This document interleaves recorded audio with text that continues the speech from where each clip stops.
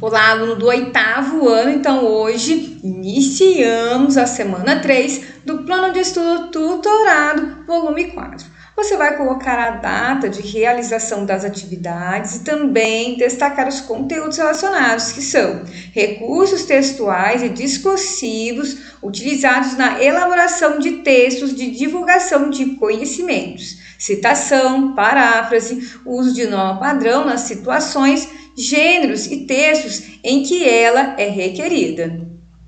Temos então as atividades. Número 1, leia o texto e responda as questões a seguir. Carta a El-Rei Dom Manuel. Senhor, domingo 22 do dito mês, às 10 horas mais ou menos, ouvimos vista das ilhas de Cabo Verde, a saber, da ilha de São Nicolau, segundo o dito de Pero Escolar Piloto. E dali avistamos homens que andavam pela praia. Traziam arcos nas mãos e suas setas. Vinham todos rijamente em direção ao batel. E Nicolau Coelho que lhe fez sinal que pousassem os arcos. E eles os depuseram, mas não pôde deles haver fala nem entendimento que aproveitasse, por o mar quebrar na costa. Andamos por aí vendo o ribeiro, o qual é de muita água e muito boa. Ao longo dele há muitas palmeiras, não muito altas, e muito bons palmitos. Contudo, a terra em si é de muito bons ares frescos e temperados. Beijo as mãos de Vossa Alteza, Pero Vaz de Caminha. Após a leitura, nós temos então a primeira pergunta. Qual a provável época em que essa carta foi escrita? E que marcas evidenciam essa época no texto? Então você vai lembrar aí de um fato histórico do Brasil de 1500 e vai responder essa questão. Você pode trazer como justificativa o nome de quem escreve e também palavras que representam aí esse momento. Número 2.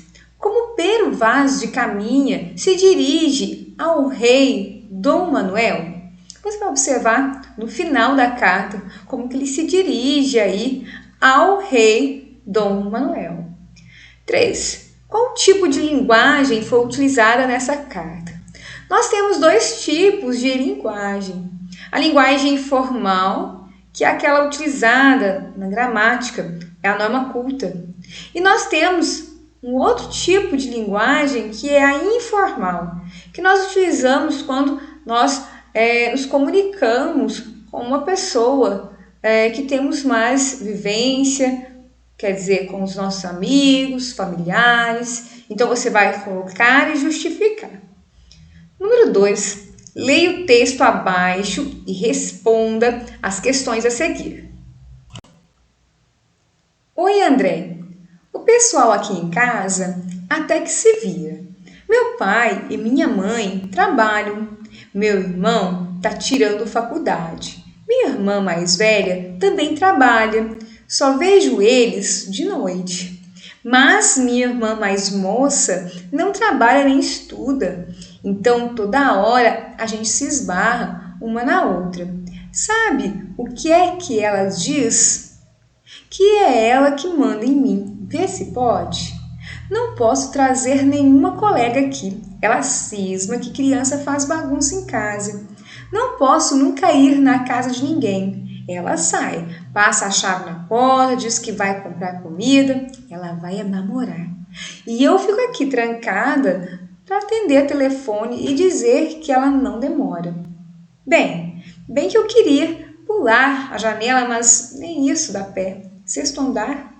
Essa irmã que eu tô falando é bonita pra burro. Você precisa ver.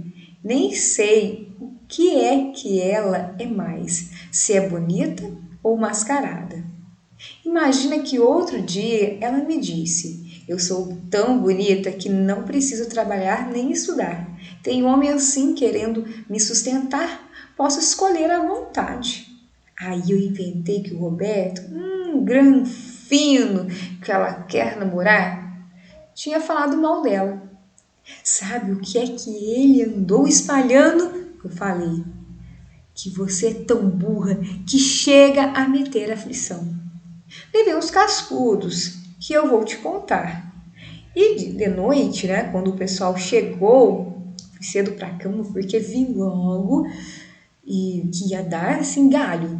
Ela contou que eu continuava a maior inventadeira do mundo. Aí foi aquela coisa. O pessoal todo ficou contra mim. Fui dormir na maior força de ser criança, podendo tão bem ser gente grande. Não era para eu ter inventado nada. Saiu sem querer. Sai sempre sem querer. O que eu posso fazer? E dá sempre confusão. É tão ruim? Escuta aqui, André. Você me faz um favor? Para com essa mania de telegrama e me diz o que é que eu faço para não dar mais confusão. Por favor. Sim? Raquel. No caso, nós temos aqui a primeira pergunta referente ao texto 2. Quem escreve a carta e para quem ela está sendo escrita? Então, você vai colocar de forma completa, vai colocar que quem escreveu a carta foi. Né? E dentro dessa ideia, você vai pensar que a carta está endereçada para alguém aí que está no início do texto. Por quê? Porque é quando eu utilizo aquela ideia do chamamento, né, ou aquela ideia do vocativo, ou quando eu coloco o nome da pessoa, ou eu coloco alguma coisa aí para cumprimentar de certa forma a pessoa. No caso, nós vamos entender que a assinatura final vai indicar quem está escrevendo a carta. Número 2. Qual é o grau de intimidade dessas duas pessoas? No caso, você já percebeu aí que elas são amigas, essas pessoas elas têm aí uma convivência, mesmo à distância, né, digamos, que se comunicam, né, e já tiveram algum momento aí presencial, então o grau de intimidade aí é muito fácil de entender. Questão número 3. A carta foi escrita na linguagem formal ou informal? Dê exemplos que justifiquem a sua resposta. Então, eu já expliquei que é linguagem formal ou informal, então aqui ficou fácil. E você vai trazer exemplos, né? Eu vou aqui destacar uma palavra que nós já com certeza falamos em sala de aula, que é o pra. Né? Que o pra é um tipo de linguagem que nós utilizamos mais aí com amigos, tá? Então, pense nessa vertente, mas traga também outros exemplos que demonstrem o tipo de linguagem a qual você identificou. Continuando aqui, número 3. Leia o texto e responda as questões. Números sobre a adoção. Mudanças devem ocorrer para acelerar os processos de adoção no país. Brasil, 39.051 pretendentes cadastrados.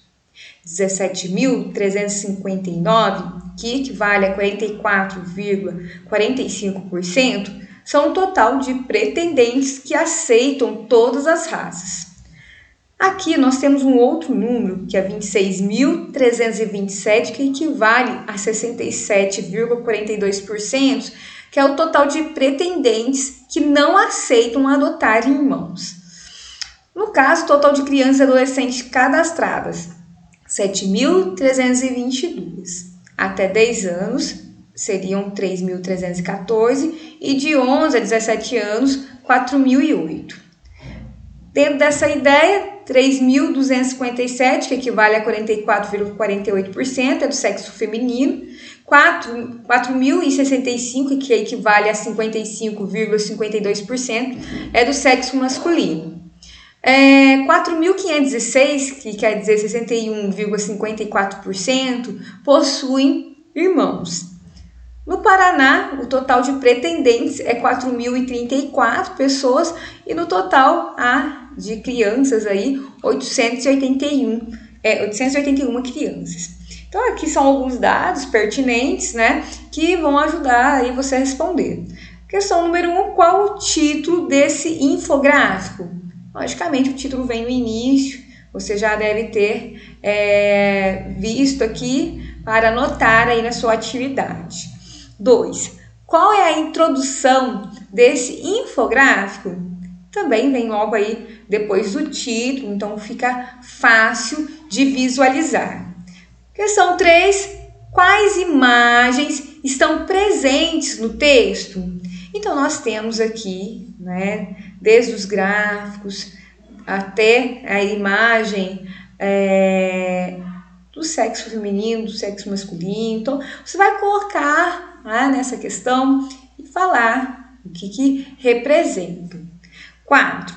Quais tipos de gráficos estão presentes no texto?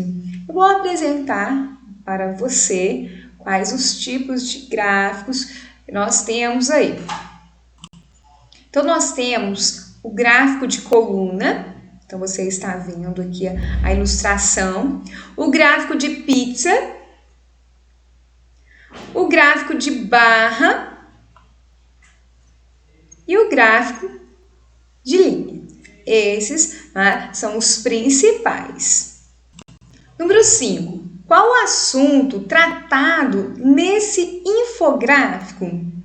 Você vai colocar não o título, mas sim o que você entendeu do todo.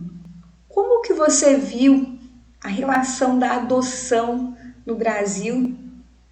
Como você observa os números aí, tá? Número 6. Quais são os esquemas que compõem esse texto? Você pode falar se tem aí a linguagem verbal e a linguagem não verbal e justificar, né? Lembrando que a linguagem verbal é a parte escrita e a linguagem não verbal são as imagens presentes no texto.